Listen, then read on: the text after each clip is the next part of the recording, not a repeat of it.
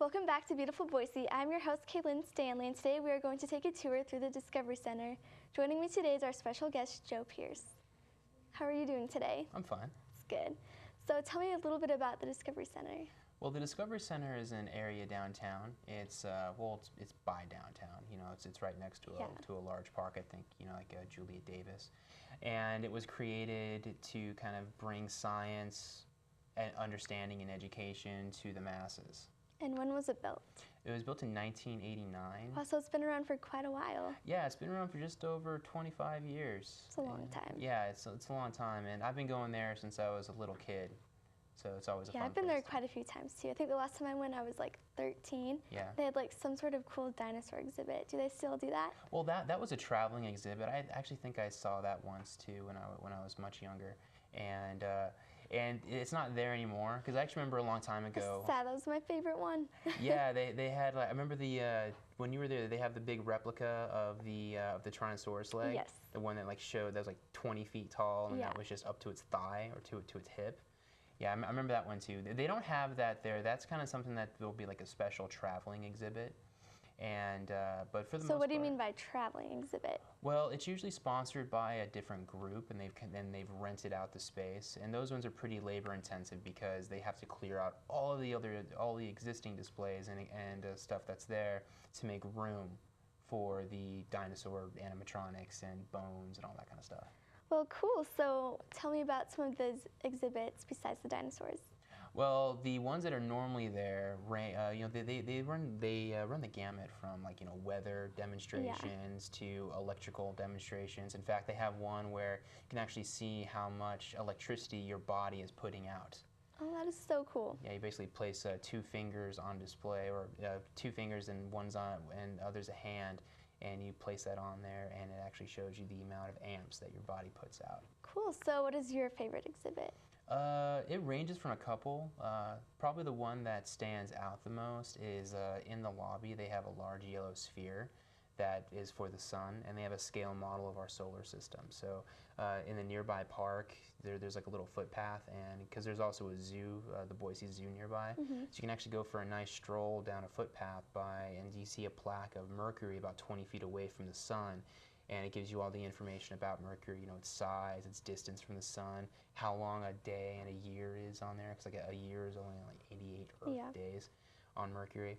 And it progressively goes from there, and also on the plaque they have the Roman symbols for the different planets as well, because they're all named after Roman gods except for Earth.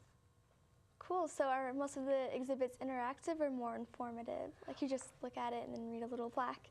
Well, yeah, it's a combination. Some of them some of the older exhibits aren't as dynamic. They have one that replicates a wind tunnel, where they have these different objects that you can place into a case, and it blows air and smoke over the object, so you can kind of see there. But it's not like in the dramatic car commercials that has it jetting out of there and doing all that. But others, they have one that it's a pedal generator where you can actually sit down and on a pedal bike kind of deal, you can try and light up these different lights. Sounds cool. Yeah, it's okay. I also remember they had like this exhibit where you could like blow humongous bubbles. Do they still have that? They still have that. It's not as kept up because I tried that myself, and unfortunately, you're supposed to be able to dunk it in the in like the soap solution and then lift it up, and there's this big sheet that you can dip your hand in the solution and push your hand through. But unfortunately, it's not as balanced anymore, so you get about 6 inches above the water's surface and it pops. Well, that's too bad. Yeah, I was kind of bummed out about that because that was always really fun. Yeah, it was fun for me too. It was one of my favorites. Yeah.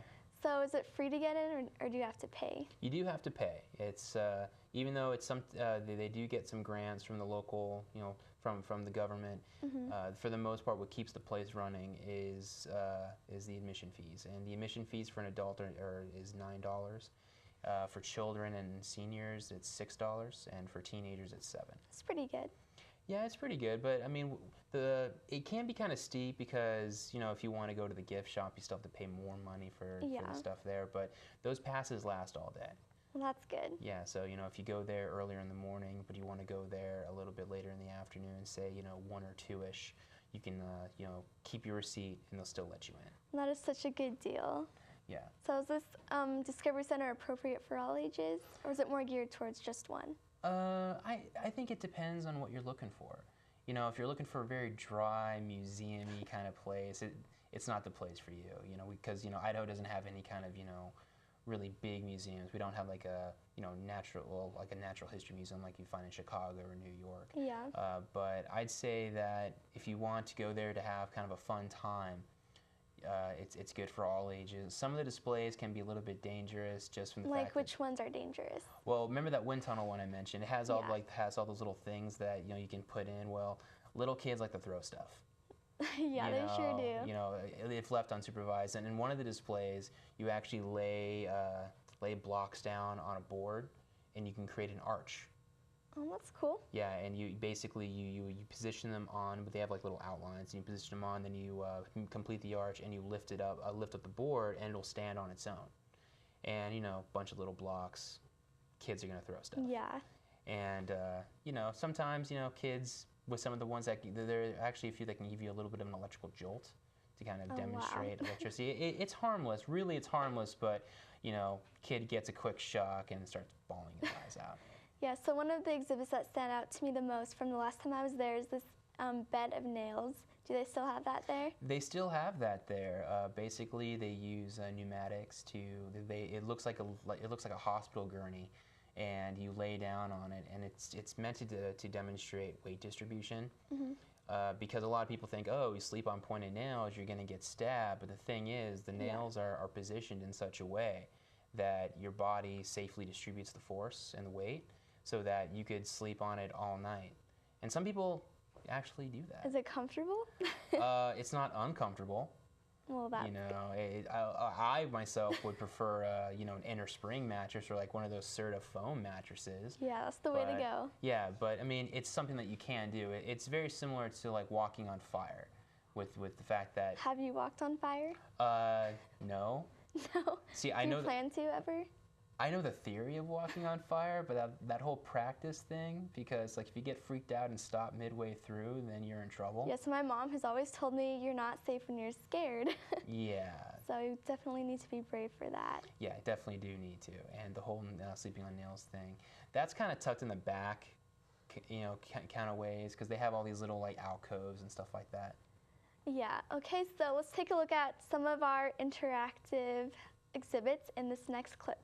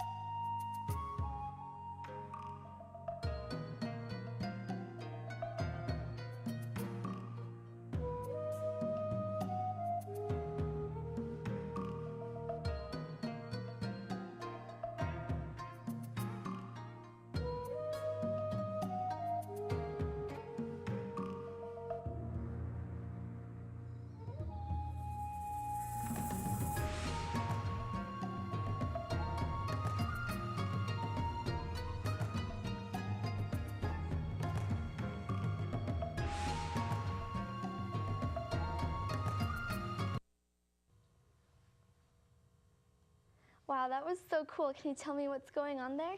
Well, basically, there are two different displays there. The first one was one of those where you kind of had to go get a volunteer's assistance, and it's in a large kind of roped off space, and it's a large board that's that's secured to the ceiling by 4 little ropes, and you put a piece of paper on there and it has like a little pen release bit there, and basically what happens is you just lift it up and you give a nice little nudge, and depending on if you want to give a little bit of a curve or just drop it straight in, it'll give you a different demonstration or a different pattern each time. It's cool. So that pendulum one was beautiful. One of my favorites that I saw in that clip. How does that one work? Well, that one is similar to the first one. It's one of the older exhibits. It's actually been there for a long time. And what goes on there is you secure the piece of paper to one pendulum side, and you can actually have a second pendulum that's connected basically to the pen. And so you can actually move both of them and get a unique pattern. And what's really cool about it is each pattern is completely unique. And one of the reasons why I like them so much is it kind of reminds me of what's called a mandala, which is a Tibetan kind of deal where Tibetan Buddhist monks will actually take colored sand and sprinkle out this pattern. It can take them days or weeks, and then when it's done, they just brush it away. And it has like that really cool kind of pattern to it. And I love the fact that the slightest nudge, a little bit of shift, yeah, it can change the pattern so much. And you can get different colored pens and inks and all that kind of stuff with it too. Cool. So I like how that one is so interactive. Is it appropriate for all ages? It is. Once again, kids can climb on stuff and all that kind of thing. But it's made pretty sturdy. The engineers who work at the Discovery Center are pretty good at what they do.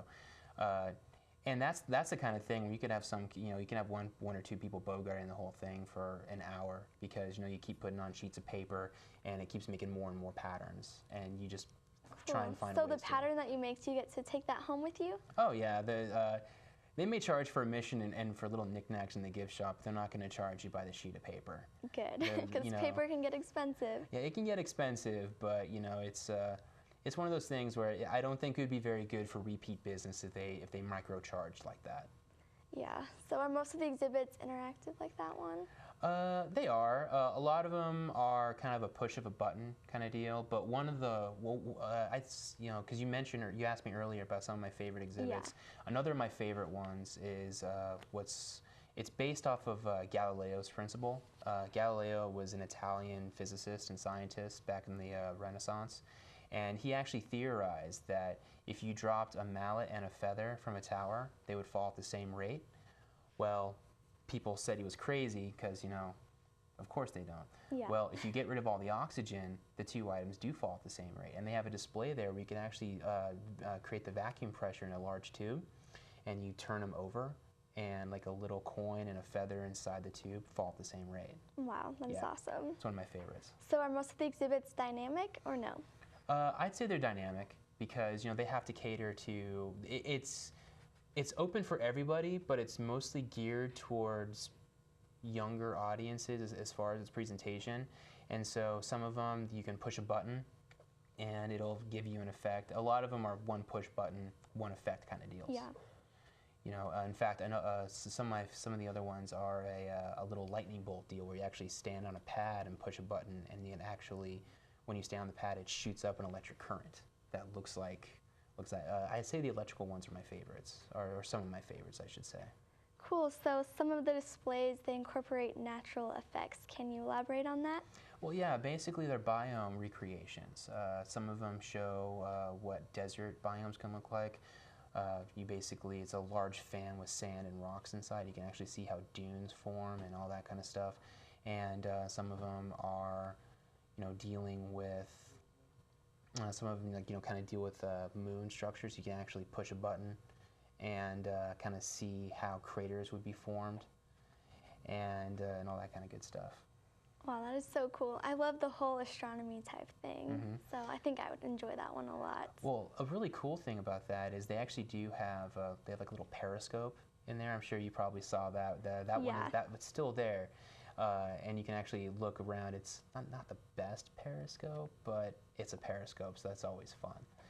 And they also Yeah. have shadow photography, where it can actually take an image of you on a green backdrop and actually takes a picture of your silhouette of the last thing you did. That is so cool. Okay, Yeah. so now let's take a quick look at some of these natural effects.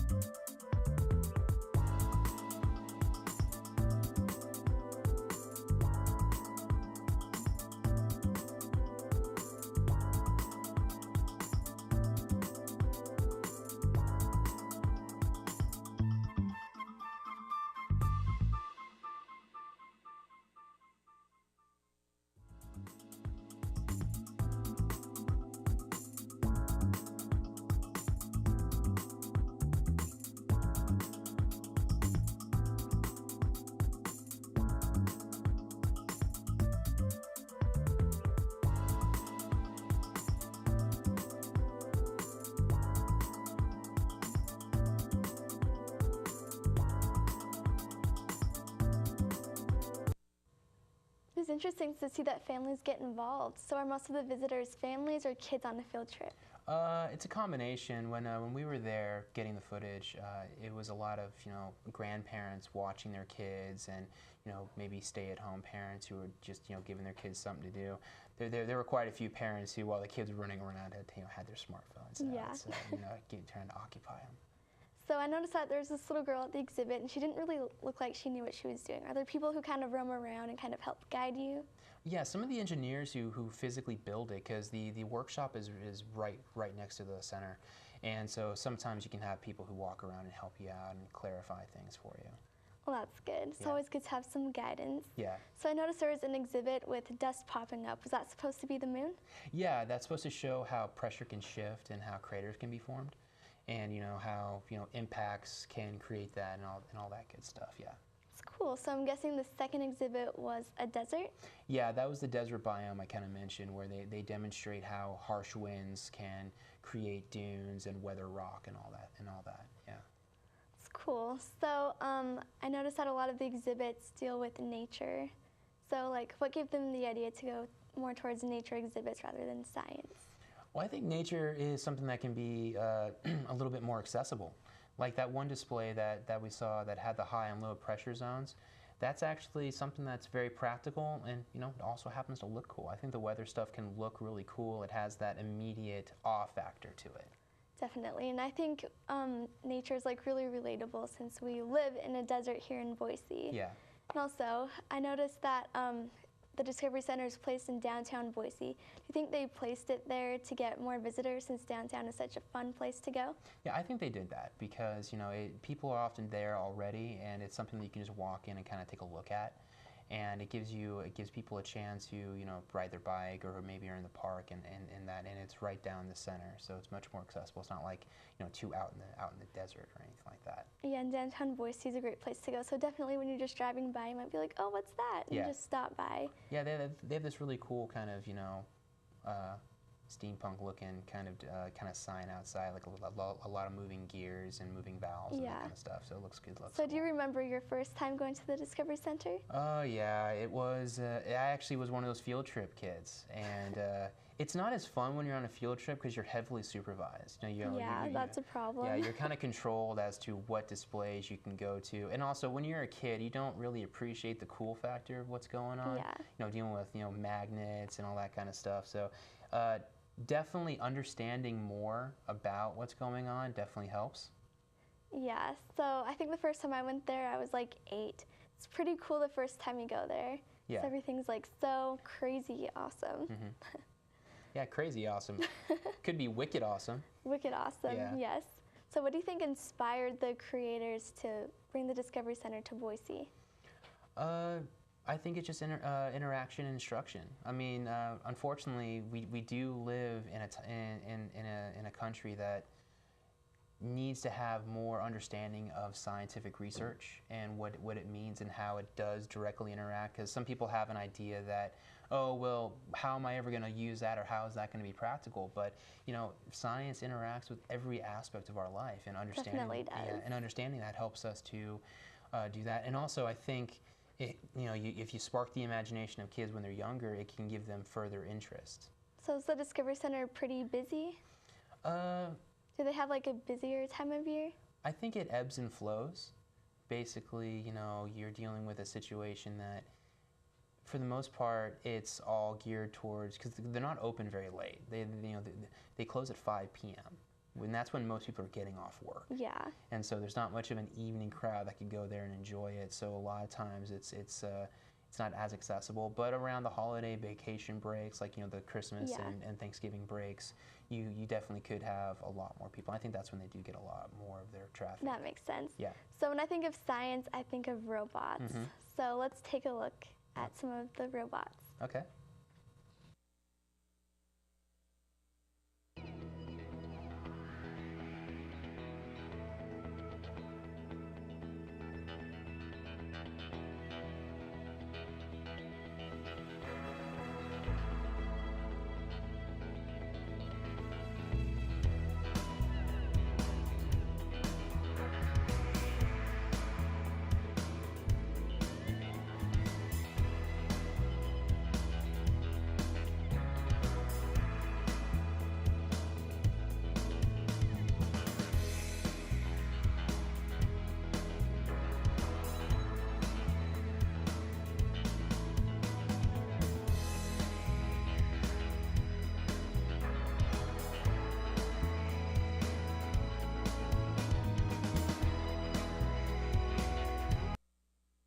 Those arms were so cool. Was it hard to pick up the objects? It was very difficult.